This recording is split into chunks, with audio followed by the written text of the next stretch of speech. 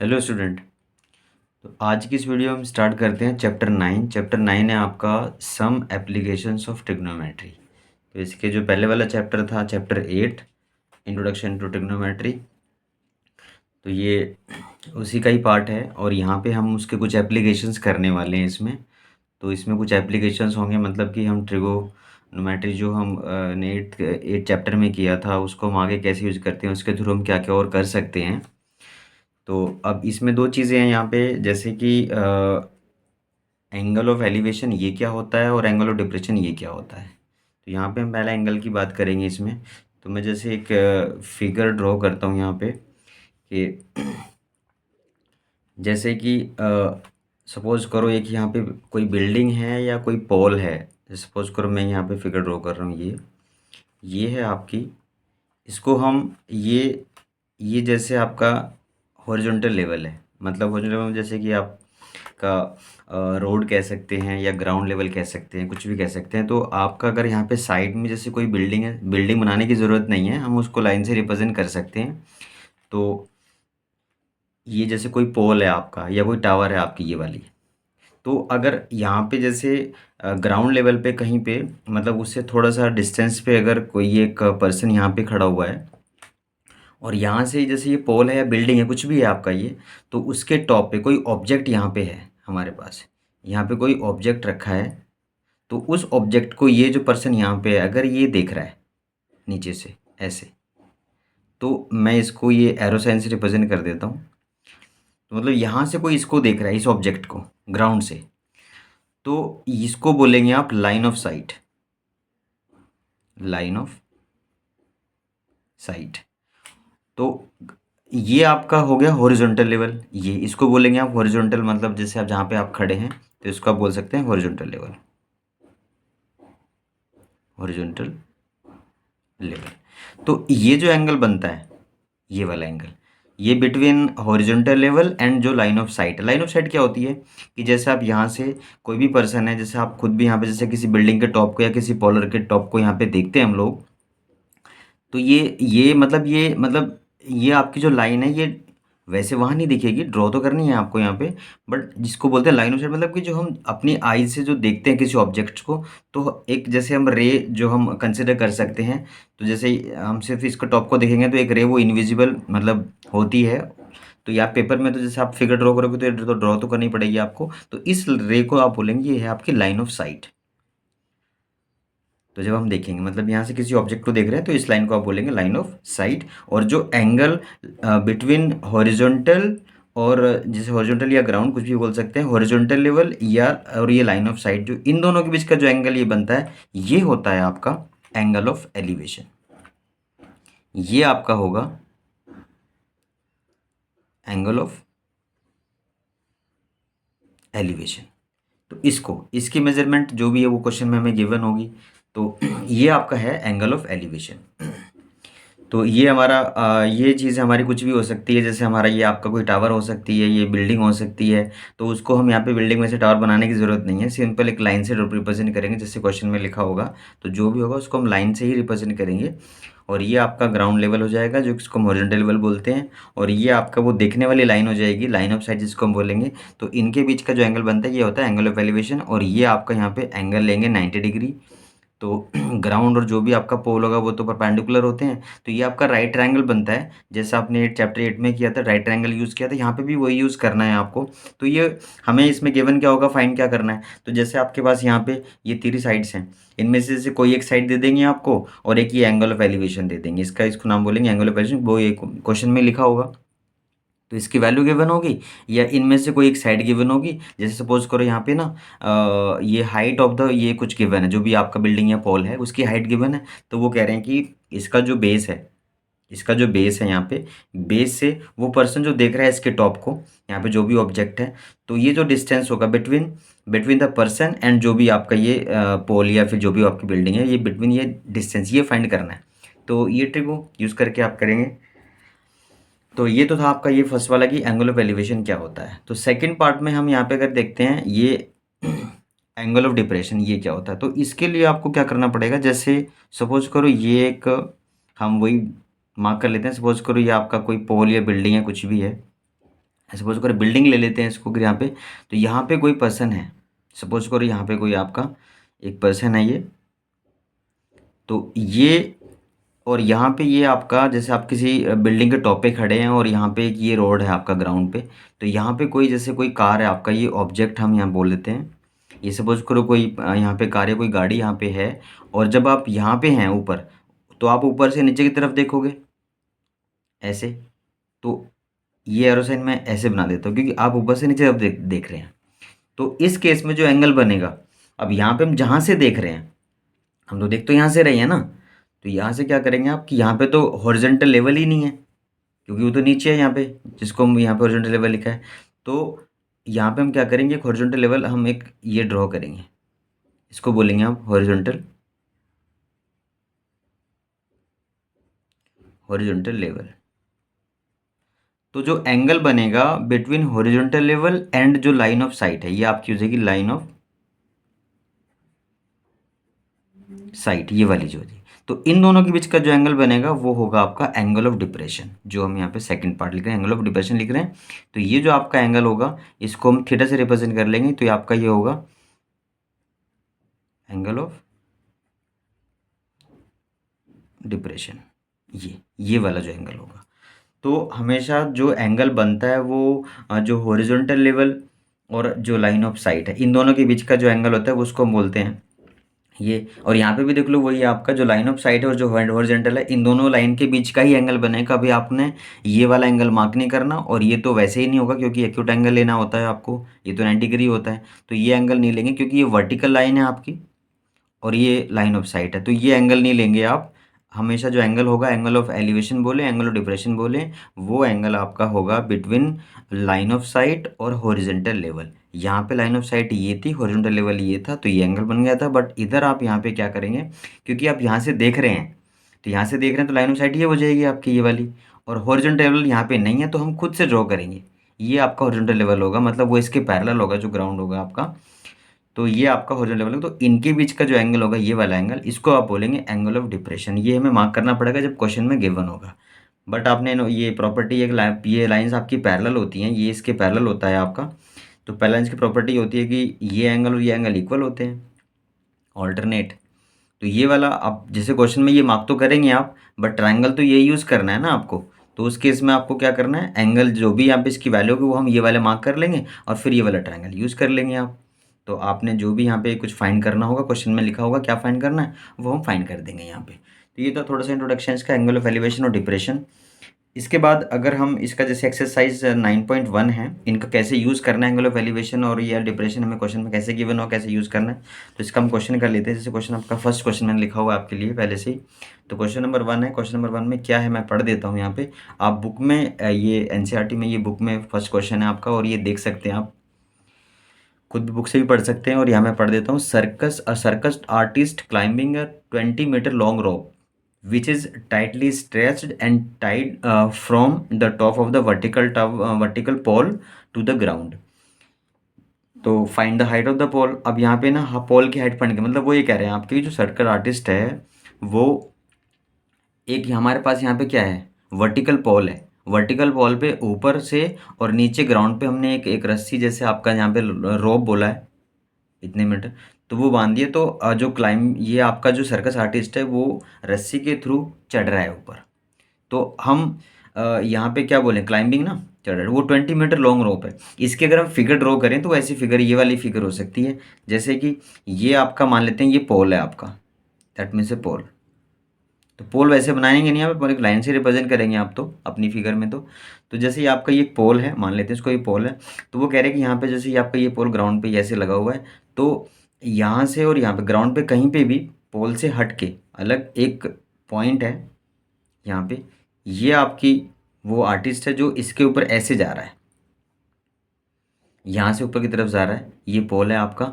तो वो कह रहे हैं कि जो वो क्लाइंबिंग कर रहा है, मतलब सर्कट आर्टिस्ट है वो आपका क्लाइंबिंग 20 मीटर, ये आपकी 20 मीटर है, ये वाली जो लॉन्ग रोप है ना, रोप यहाँ से यहाँ तक ऐसे बंधी है वो।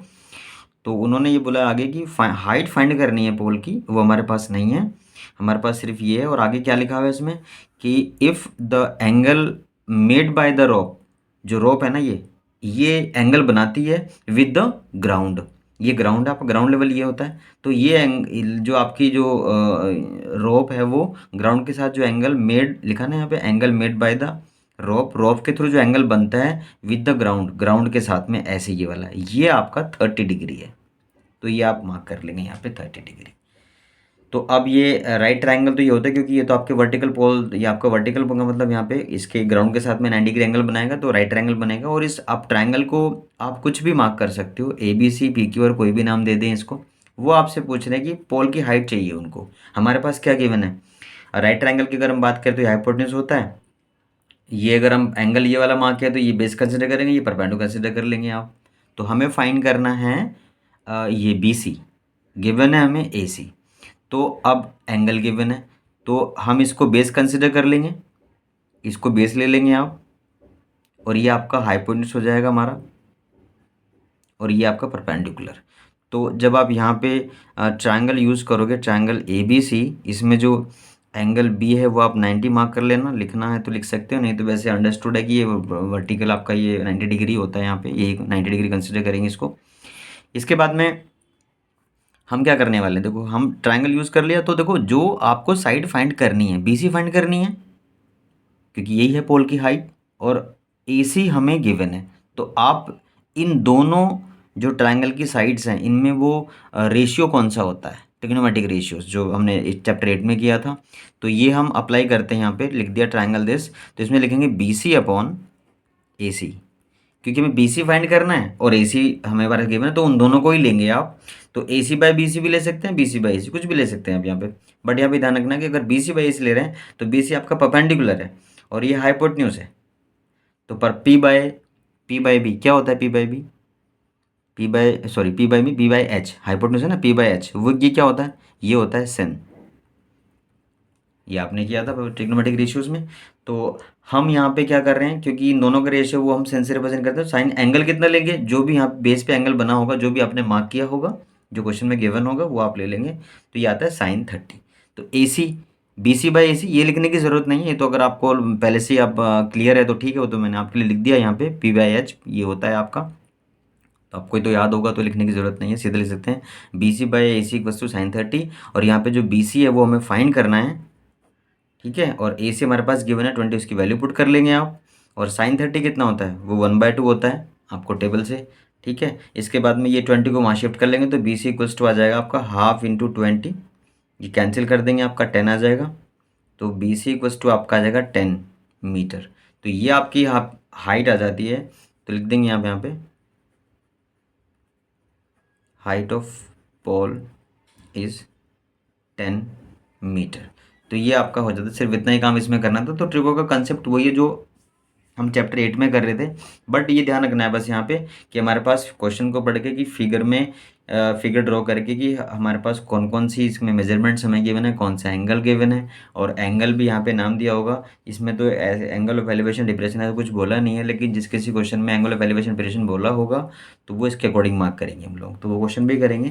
इसके बाद हमारा जो इसका सेकंड क्वेश्चन है, वो सेकंड क्वेश्चन में क्या है वो मैंने लिखा हुआ है आपके लिए, आप बुक में देख सकते हैं एनसीईआरटी में, कि आपका वहाँ से भी रीड कर सकते हैं, नहीं तो यहाँ पे भी देख लो। A tree break due to storm and broken part bent so that the top of the tree touch the ground making an angle 30 degree with it.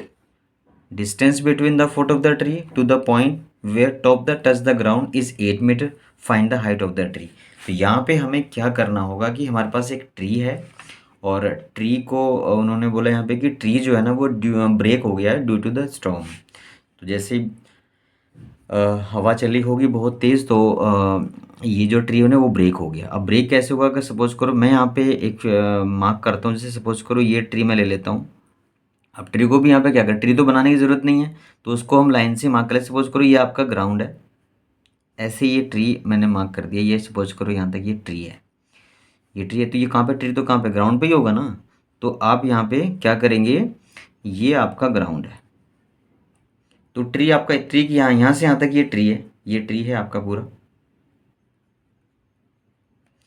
तो अब ट्री को, इसको अगर हम ए और बी से रिप्रेजेंट कर सकते हैं, वो ट्री कर सकते हैं आप। अच्छा, वो उन्होंने बोला कि यहाँ पे ना ये बीच में से ब्रेक हो गया, और आगे लिखा है कि सो दैट कि top of the tree touch the ground. Making an angle 30 degree with it, मतलब यहाँ से वो कहीं से ना बीच में से टूट गया। यहाँ से सपोज करो जैसे आंधी वगैरह तूफान तूफान आया तो यहाँ से वो ब्रेक, यहाँ से ब्रेक हो गया बीच में से, और वो जो ऊपर वाला जो पार्ट था वो बीच में से ब्रेक हो गया। तो ब्रेक हो गया ना, वो ये वाला जो पार्ट है वो ठीक नीचे आके ये वाला यहाँ पे टच हो गया, ऐसे हो गया वो आपका। तो ये वाला जो पार्ट था, ये वाला पार्ट वो यहाँ से ऐसे ना, यहाँ से वो ऐसे आके ऐसे टच हो गया, ऐसे ऐसे तो ये आपका यहाँ पे अभी यहाँ से ब्रेक हो गया ऊपर से, जो ऊपर वाला पार्ट था वो ऊपर से ये इधर आके टच हो गया ऐसे ग्राउंड पे। तो ऐसे ये ट्रायंगल शेप बन गई है आपकी। तो ये 90 डिग्री एंगल होता है। तो वो कह रहे हैं कि यहाँ पे इन्होंने बोला कि जो इसका टॉप था, ट्री का टॉप, ये टॉप ही था ना, जो टॉप तो यहाँ पे आ गया ये जो टॉप था वो of tree touch the ground, ground को टच किया उसने और एंगल बनाया 30 डिग्री विद इट। तो ग्राउंड के साथ में एंगल बनाए 30 डिग्री। एक तो ये चीज़ क्लियर हो गई आपको। उसके बाद में जो डिस्टेंस बोल रहा है, distance between foot, foot of the tree, tree का फुट कहाँ पे है, यहाँ पे, foot of the tree to the point where top the touch the ground. तो इसके जो टॉप ने ग्राउंड को टच किया है और जो इसका जो ट्री का जो फुट है, उन दोनों के जो बीच का डिस्टेंस, डिस्टेंस बिटवीन बोला है वो इज़ 8 मीटर। ये आपका 8 मीटर है। तो ये चीज़ अब समझ में आई गई होगी आपको कि यहाँ पे ना ये वाला जो टॉप है वो नीचे आ गया, यहाँ पे टॉप टॉप यहाँ पे आ गया, और जो डिस्टेंस था इसके टॉप और जो इसका बेस था ट्री का, उन दोनों के बीच में जो डिस्टेंस है वो 8 मीटर है। और जो इसका ब्रेक जो हुआ है, इसका जो टॉप जहाँ पे ग्राउंड को टच किया है वहाँ पे एंगल बनता है 30 डिग्री। अब इन्होंने पूछा कि हाइट ऑफ द ट्री चाहिए उनको। अब ट्री की हाइट तो वो यहाँ से यहाँ तक होती है, यहाँ से यहाँ तक होती है। तो अब हमें क्या करना पड़ेगा, हमें ये दोनों ही पार्ट फाइंड करने पड़ेंगे। दोनों मतलब कि एक तो ये वाला पार्ट हो गया, एक ये वाला पार्ट हो गया, क्योंकि ये तो ये वाला है ना, क्योंकि ये वाला पार्ट ही तो नीचे आया ना यहाँ पे। तो हम क्या करेंगे, इस वाले ट्रायंगल से ये भी फाइंड करेंगे और ये भी फाइंड करेंगे। और ये तो ये होता है आपका, इन दोनों को प्लस कर लेंगे तो ट्री की टोटल हाइट आ जाएगी आपकी। तो हम यहाँ पे जैसे आपने ये ट्री मैंने मार्क कर दिया यहाँ पे, तो अगर मैं इसको पी और इसको क्यू मार्क कर देता हूँ, तो ये आपका ट्री जो है वो आपका ए बी जो है वो ट्री है। और यहाँ से ये पॉइंट पी था जहाँ से वो ब्रेक हुआ है, हमने ये ट्रायंगल बना दिया पी क्यू बी। इसमें हमें हमें ये फाइंड करना है और ये फाइंड करना है, यूज़ ये आपके पास गिवन है। तो अब जैसे ये आपका ट्रायंगल था इधर, कि जो ए बी है आपका, वो हम उसको ट्री कंसिडर कर रहे हैं, और जो ब्रेकिंग पॉइंट है वो आपका पी है। तो ट्रायंगल पी बी क्यू, हमने ये ट्रायंगल यूज़ किया, इसमें ये एंगल 90 डिग्री है। तो हमें इसमें फाइंड क्या करना है, अब इसमें देख लो फाइंड में ये आपका पी बी लेते हैं और ये गिवन है, तो आप यहाँ पे लिख रहे हैं P B upon B Q. तो नोट कर रहे हैं आप P B upon B Q.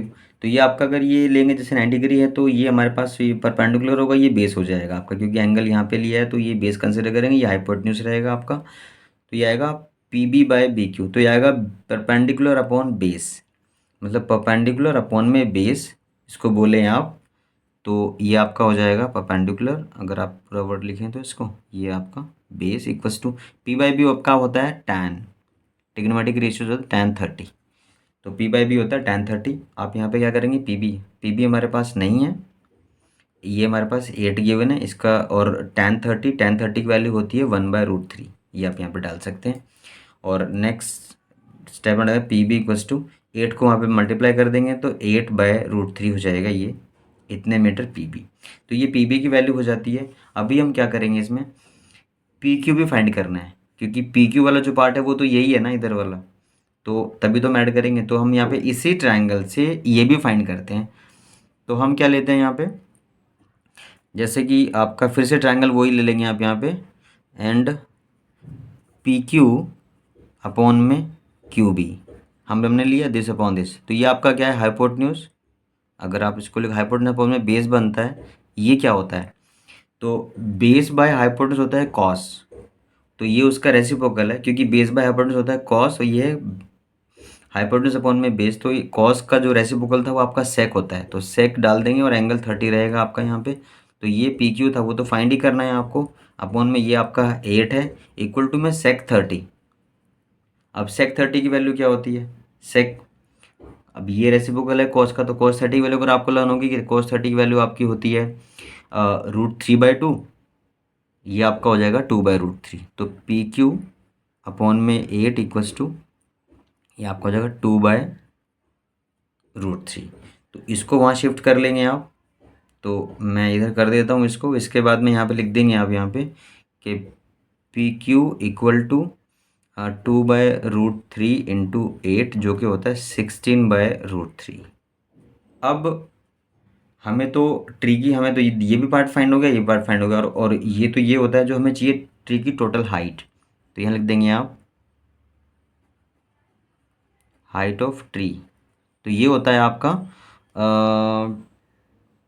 P B plus A P. ये और ये हाइट है ट्री की दोनों, और पी बी हमारे पास कितना है, पी बी हम फाइंड कर चुके थे, ये आपका था 8/√3 प्लस, अच्छा ए पी नहीं है हमारे पास में, लेकिन ए पी तो पी क्यू के इक्वल है ना, तो आप ये पी क्यू डाल सकते हैं। और इसके बाद में आप ये 8/√3 और ये पी क्यू इक्वल में निकालिए, यहाँ पे 16/√3 वो डाल देंगे। दोनों का एलसीएम आपका √3 आ जाएगा, ऊपर आ जाएगा 8 + 16 जो कि आपका 24/√3 होता है। अच्छा, इसके बाद में स्कोर सिंपलेस्ट फॉर्म में ले आए आप, तो क्या करेंगे, तो 24/√3, इसमें √3 से और ऊपर और नीचे मल्टीप्लाई कर लेते हैं, तो ये आपका बनता है 24√3 अपॉन में √3 3 होता है, तो 3 से ये कैंसिल हो जाएगा, जो कि आएगा आपका 8√3। तो 8√3 जो आपकी वैल्यू आई है, ये आपका हो जाएगी हाइट ऑफ ट्री। तो टोटल हाइट ये आपकी हो जाती है। तो ये आपका हो जाता है, क्वेश्चन नंबर इसका 2 था, यही हमें इसमें करना था। तो इसमें भी एंगल, जैसे एलिवेशन और एंगल ऑफ डिप्रेशन का ये यूज़ नहीं हुआ है, तो ये सिंपल क्वेश्चन है, वो क्वेश्चंस भी करेंगे हम लोग इसके आगे वाली, ठीक है, इसके आगे वाले क्वेश्चंस होंगे। तो बच्चों, आज की इस वीडियो में हम ये क्वेश्चन नंबर हमने सेकंड किया है, इसका क्वेश्चन नंबर 1 2 किया है, थोड़ा सा इंट्रोडक्शन था वो किया है। आप इसको एक बार अच्छे से समझ लेंगे, लिख के खुद भी करेंगे, इसको खुद करके देखोगे तभी ये चीज़ें होंगी आपसे।